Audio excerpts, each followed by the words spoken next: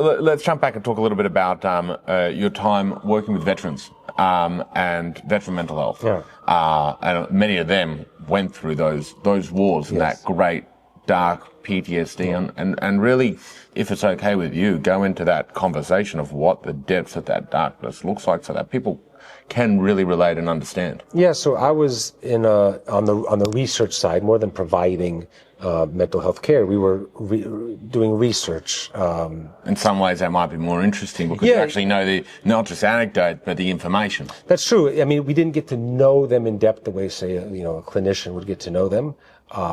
But I took a lot of pride in working with them because hadn't been a veteran myself. I didn't experience what they experienced, thank God, but I cared a lot about their experiences. And we did a lot of trauma research, and so they would tell their stories, and as they became interested in chaplaincy, is one of the things I would ask them is, hey, did you feel like you had somebody there? And long story short, more often times than not, I heard the same thing, that no, I didn't really feel like there was anyone at the time that I could open up to. And many of them voiced to me that they felt like had they had somebody, it would have made a big difference for them at the time. And so what I saw was most of these guys had been out for 6 years, 7 years, 10 years before really seeking any sort of help, which was very difficult for me because these are guys who served our country, right? They selflessly, right? They gave of themselves, they gave their best years, right?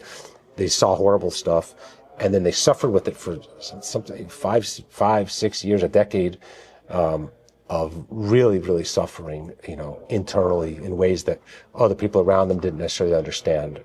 And for many of them, their life freezes, right, because of what they experience, unable to really do well in school or to really hold down a job because of this. And so I think it's important for people to understand that, people that experience those things, they might not be outwardly sort of cliche, but you might not see it, but a lot of these guys are suffering internally and don't necessarily know where to go. And again, a lot of them have that Army mindset of tough it out, right? I don't need to go get help. And so I saw a lot of that where guys would just wait until it was debilitating almost. What about on people who look to be successful and have come out of it really well and so on and so forth, but on the data, when they're actually having the real conversations that are maybe, anonymous, so they're able to actually say what they're feeling, have you seen that a lot of those people are also dealing with that struggle? Oh yeah, I think again, I'd never experienced combat, but I think anyone who goes through that traumatic experience like that is going to be carrying some sort of scars from it, to varying degrees. And I definitely, even personally, but professionally, know plenty of people who went through these traumatic experiences. They're able to pull themselves together and they're able to work, but that's because they found their way of coping and dealing with it, but they're still suffering with it, and which is a shame, because a lot of times the trigger for guys to get the help is when there's some sort of dysfunction, right? When they're really suffering. But meanwhile, they're suffering in silence because they're successful, or, they're able to keep it together. It may feel like they don't need to get the help, which is a shame, because life could be even better if they could sort of work through some of that trauma. What are some of the outcomes that you found and discovered in that research and in your years that you found really interesting? Some of the stuff that they were working on was, exposure therapy, where they were, again, not a clinician, but what I witnessed, having them talk through and work through these traumatic experiences that they had. There were many subjects that I saw make pretty great improvements by just sitting with a trained clinician, psychologist, psychiatrist, and working through sort of what they experienced in that way, helping them to process it.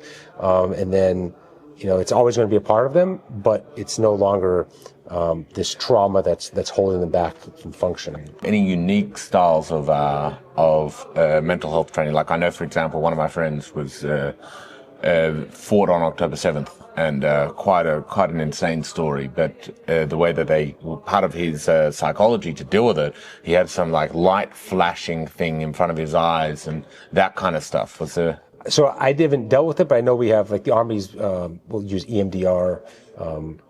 it's the eye movement. So like, What is that?